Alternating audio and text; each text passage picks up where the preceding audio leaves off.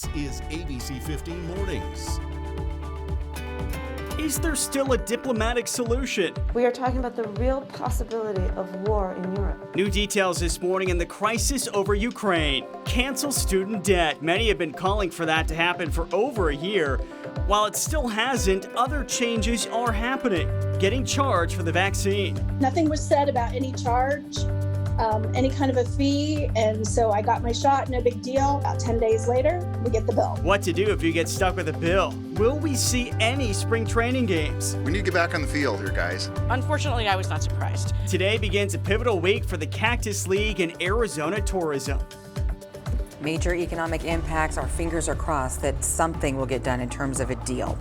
First, we say good morning to you. Thank you for waking up with us here on President's Day. I'm Kaylee O'Kelly. And I'm Nick Soletti. Yes, it is a holiday. It is a Monday. We're kicking off a new week. Meteorologist Iris Hermosillo is joining us right now with your most accurate forecast. And if I may add some big changes, Iris. Oh, yeah, it may be a holiday, but man, today is a busy day in the weather office because I've been tracking this storm that's heading our way and all the changes it's going to bring. So I want to make sure you're prepared because it's going to be a significant winter storm for parts of our state. Now, right now, we've got clouds across Arizona. We'll see a mix of clouds and sun here in the valley. More of that filtered sunshine, I think, through this morning. May even see some pretty color in the sky, too. So be on the lookout for that before sunrise, which happens at 7:06 this morning. We've got wind advisories in place across that northern half of our state. Those going into effect as early as today ahead of this winter storm. And now winter storm watches that will be in effect along the rim and in northwest Arizona starting tomorrow. So we've got that storm on the way. It's going to bring high country snow, more winds across the state, valley rain chances, and a big cool down too. Yesterday a high of 80, today only 69 degrees. So it's going to be a very gradual warm up in comparison to yesterday. We're in the 50s now at 54 degrees. I think we go as low as about 51 in Phoenix. Then we start to climb with that high of 69 by the middle of the afternoon. Now we'll talk about when the rain and the snow will hit in that full forecast still ahead. Nohelani Graff, though, joining us and giving us an update here on the Monday morning drive. I almost said Tuesday. I'm already fast forwarding through the week. I understand. I totally understand what happens there. Look, I'm a wimp, so I already turned on the heated seats this morning. So the days ahead are going to be rough for me, for one. I don't know about you guys. As for that drive, not bad this morning. It really does feel like a holiday because we continue to have green conditions across the West Valley, the northern portions of the valley if you're coming in from Surprise or Peoria. Just a heads up, if you're in the Scottsdale area, we have a localized crash on Scottsdale Road at Osborne. Just a little bit of a slowdown there, but if that really bothers you, then you can hop on Miller and take that up to Indian School or go down to Thomas to avoid it all the same. Rest of the East Valley, both of the 202s and the 60 look good as well if you're coming in from Maricopa. There was a crash early this morning, but it is all clear, so it's a good ride this morning. As for those drive times, 20 minutes will get you from the 303 to the mini stack on the I-10, and it's about a 10 to 15 minute drive top to bottom, whether you're using the 17 or the 51. I'll give you a closer look at those drive times for some of our East Valley highways coming up in just a little bit. All right, no hate. Well, new for you this morning, the search for a driver who took off after a child was hit and left in the middle of the street. Amelia Fabiano is live near 19th Avenue in Glendale with what we're just finding out about this crash. Amelia, so what are we learning? Yes, so we're learning this was possibly a hit and run involving a child. It did happen last night, so the scene is clear behind me this morning. But this is about where it happened, in front of this light rail stop, as you said, near 19th in Glendale. That report came in that someone in a car had hit a person on the road and then just took off. So this is the scene that unfolded last night. Take a look at the video. Officers say they found a young child in the roadway here, along with, you can probably see, a heavily damaged stroller as well. There's more debris all over the road, which was shut down for several hours here as police investigated. Multiple witnesses say the vehicle responsible just drove away after this crash happened. And we know that child was brought to a local trauma center in the area. We're not sure how they're doing this morning or if the person or people that child was with are doing okay this morning either. A lot of information we're working to confirm this morning from Phoenix PD. Our newsroom has reached out for any updates on if there's a suspect in this or how that child is doing. So, Kaylee, as soon as we get any confirmed information from them, we'll be sure to pass it along. All right. Back to you. We do appreciate that. Caught on video. Boy, some dangerous driving. This is at an intersection. Look how busy it is in Scottsdale. And you can see the guy in that truck or gal, we don't know, somebody driving, is doing donuts. out there, okay? People just standing there, they're watching. This is 68th Street in Camelback. Someone in that truck doing those donuts. Scottsdale police are telling us all of the cars took off in different directions when they got to that scene. Meantime, racing could be to blame for a deadly crash on the I-10. 2 adults killed, 2 small children, just 2 and 4 years of age, are in critical condition this morning. Their car smashed into the median near 49th Avenue early yesterday morning. DPS telling us the other driver involved in this case didn't hit the car, but they say speeding could be to blame. Today and every day this week, Major League Baseball team owners and players will meet to try to end this lockout. The first week of spring training already canceled. Now, this is what we're also finding out. They have until February 28th, which is a week from today, to strike a deal before delaying opening day as well. The commissioners saying spring training could start within a week of this lockout ending. Fingers crossed. Yes, no kidding. Hey, all eyes are on the Arizona State Senate right now as lawmakers have 1 week to address the school spending cap before districts have to make major cuts. The deadline is actually March 1st. The full Senate isn't meeting today because it is President's Day, and lawmakers also don't meet on Fridays, and that means they only have 4 days left to vote on the measure already approved by the House, which allows schools to spend already approved funding. 6:06, the Biden administration has already canceled more than $400 million in student loans for victims of colleges who violated federal guidelines. But the president is still facing calls to cancel debt for everybody. This morning, our Joe St. George takes a closer look at the debate. Nationwide, our country has nearly $1.75 trillion worth of student debt. In Florida, the average debt of those with student loans is around $24,000. In Montana, it's averaging just over $27,000. In Wisconsin, it's over $30,000. Similar numbers are in states all across the country. When President Biden ran for office, he pledged to cancel student debt. However, since he has taken office, he has not acted on his own to do it. Instead, he has encouraged Congress to cancel it. That has frustrated many in his own party. Democratic leader Senator Chuck Schumer tweeting, "Today would be a great day for President Biden and Vice President Harris to cancel student debt." But that doesn't mean no changes are happening. In fact, some are that are already impacting families' finances. Student loan change number 1. Payments have temporarily stopped. In fact, since March of 2020, Americans haven't had to make any payments on their federal loans. Interest hasn't been accumulated either. However, May 1st is when they're set to resume again. It's possible, though, the date gets pushed back. Student loan change number 2, public service forgiveness reform. For years, federal law has allowed Americans who work in public service to get their debt forgiven after working the necessary number of years. However, the forgiveness process was complicated with many denials over technicalities. A new waiver by the Biden administration has changed some of that, and experts say 9.3 million Americans are now eligible for forgiveness. That includes teachers, police officers, government employees, and even some who work for nonprofits. Student loan change number 3, canceling loans through bankruptcy. Student loans aren't treated the same way as credit cards when someone files bankruptcy. That means student debt typically stays with someone after they get a bankruptcy ruling. However, in New Jersey, a federal judge decided to interpret the law differently, canceling over $100,000 worth of student debt by a man who filed. The Justice Department has decided to not object to the case, a rare move, and the Justice Department is now reviewing bankruptcy policies. Still, however, the president is facing pressure to do more. Federal student loan payments are set to begin in just over 2 months. In Washington, I'm Joe St. George. 6:08 next on ABC 15 Mornings. We're keeping a close eye on the escalating tensions between Russia and Ukraine. Europe has been largely peaceful since World War II, but some believe that could be changing.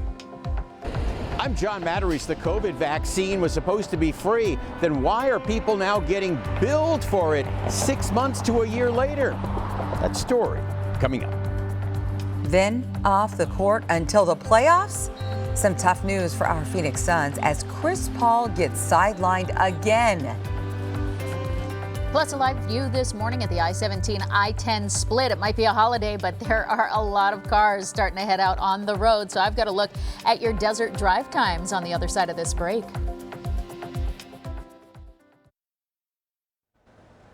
It's 12 past the hour. President Joe Biden has agreed in principle to meet with Russian President Vladimir Putin, but that's only if Russia does not take any military action against Ukraine.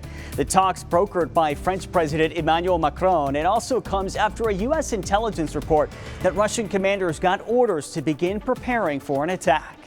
Today, closing arguments are set to begin in the federal trial of the three men convicted of killing Ahmaud Arbery. Gregory and Travis McMichael, along with William Roddy Bryan, are facing hate crime charges in connection to that deadly shooting. The jury hearing from 20 witnesses. Queen Elizabeth is in isolation this morning in Windsor Castle after testing positive for COVID this weekend. Buckingham Palace reporting the 95-year-old is experiencing mild symptoms but expects to continue doing light duties this week. Her son, Prince Charles, tested positive about 2 weeks ago. Rent prices are increasing rapidly across the country. Realtor.com says in the country's 50 largest metro areas, rents have jumped more than 19% in just a year. Now, the worst is actually in Miami, where rent prices are up 50%. Experts blame high demand and low supply. Well, the government spending billions on COVID vaccines and test kits. So the question this morning, why are some of you being charged for shots from last year or for those tests that just came in the mail? Well, our consumer reporter John Matarese shares what to do if you do get a bill so you don't waste your money.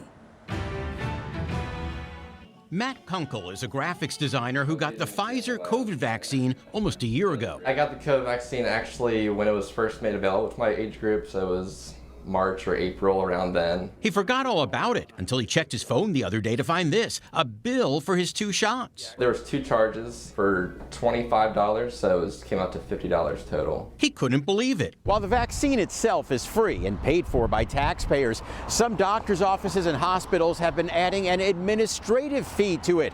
And those bills are just showing up now, 6 months or more later. Tim and Vicky Gobin tell us it also happened to them after going to a grocery store pharmacy for their free shot. Nothing was said about any charge, any kind of a fee. And so I got my shot, no big deal. About 10 days later, we get the bill. A New York Times investigation says the vaccines are supposed to be free, but surprise bills could happen anyway.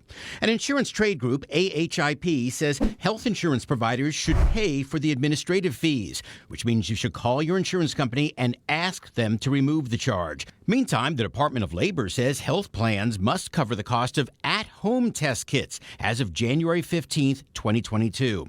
If you buy a COVID test kit in a pharmacy, save your receipt and contact your insurance company. They should reimburse you. You think other people might pay this bill? For me, it was immediate red flag because, I don't go often. But for somebody that's, has multiple bills, I can see how it can just get lost in there and they just pay it. Matt called his provider and says they dropped the $50 fee, so make the call so you don't waste your money. I'm John Matarese.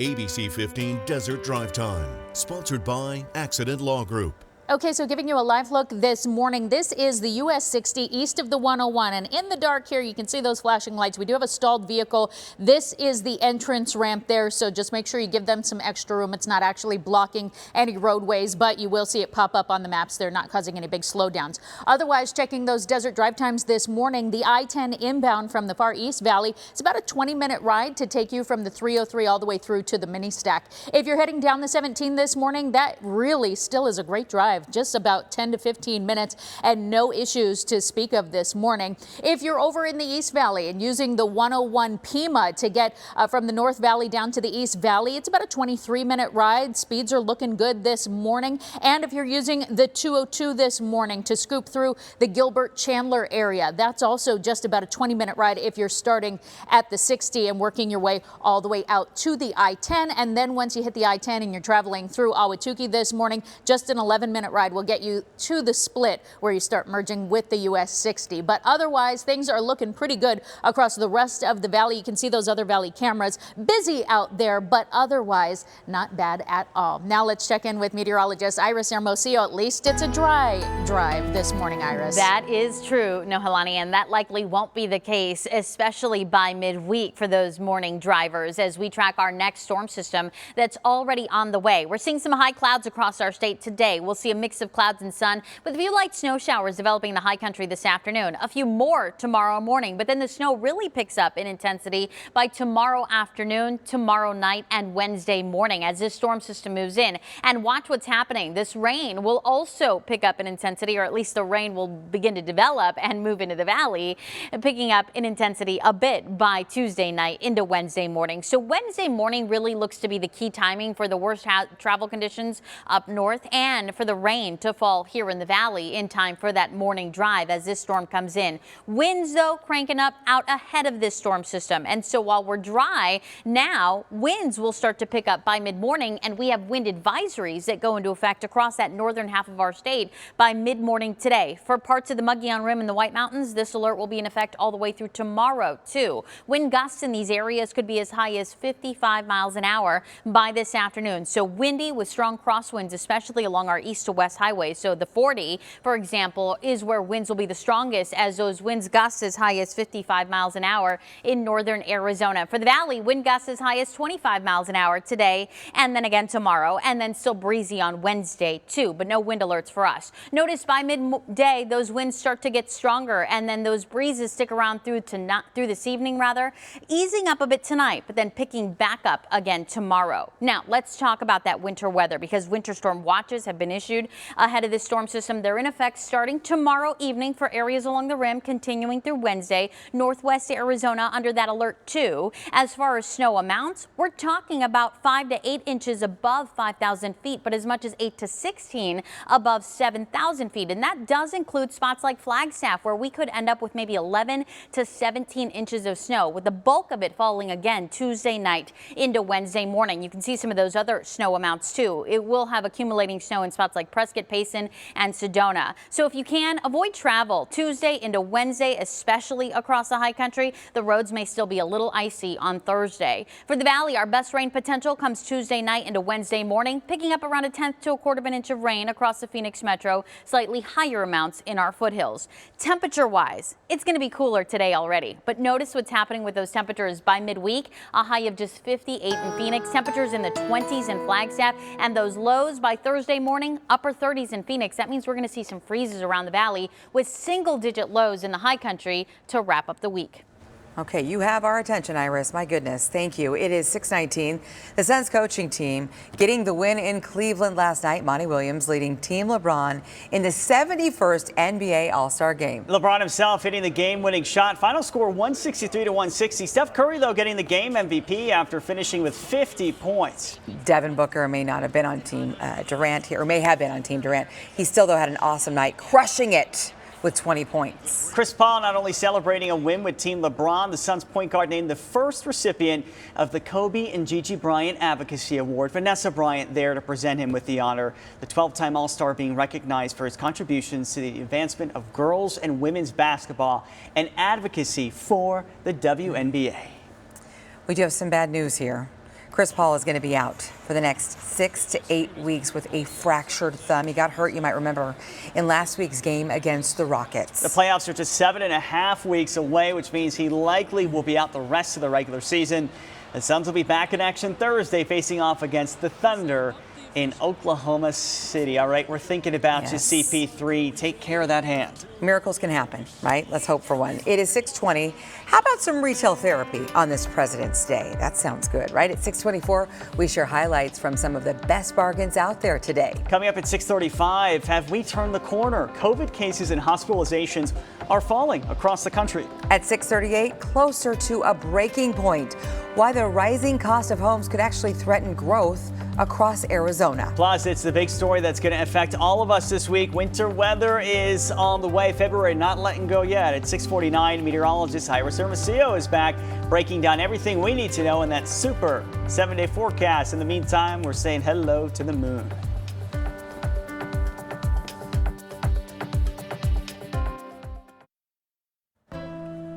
It's 6:24. It's President's Day, and if you are shopping, you will see big discounts on things like electronics, furniture, and mattresses. For TVs, laptops, headphones, and more, make sure you go to Best Buy or look online. Macy's, by the way, offering up to 65% off on home goods and kitchen essentials.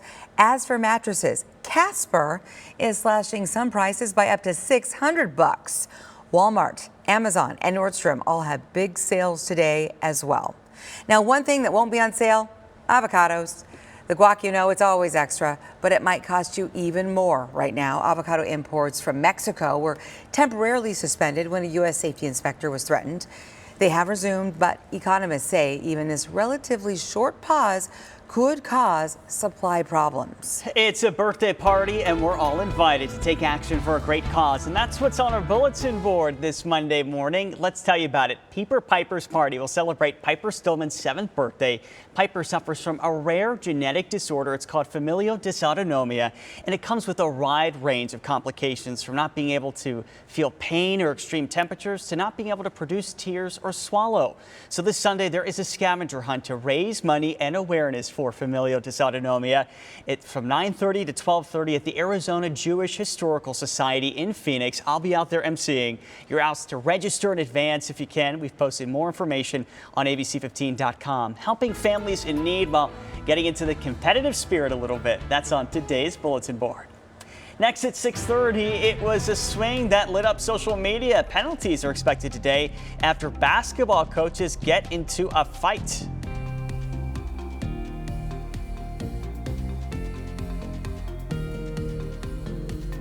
Across the valley.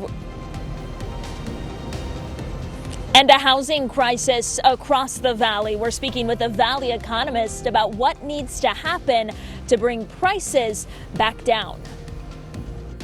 A Valley senior is battling her HOA over an angel statue. I'm investigator Joe Ducey with questions about why this is still even an issue. As you look at that Valley planner, our winds will increase today as temperatures are going to be much cooler. But get ready, we're going to see even lower highs in the 50s this week. I'm tracking our incoming winter storm.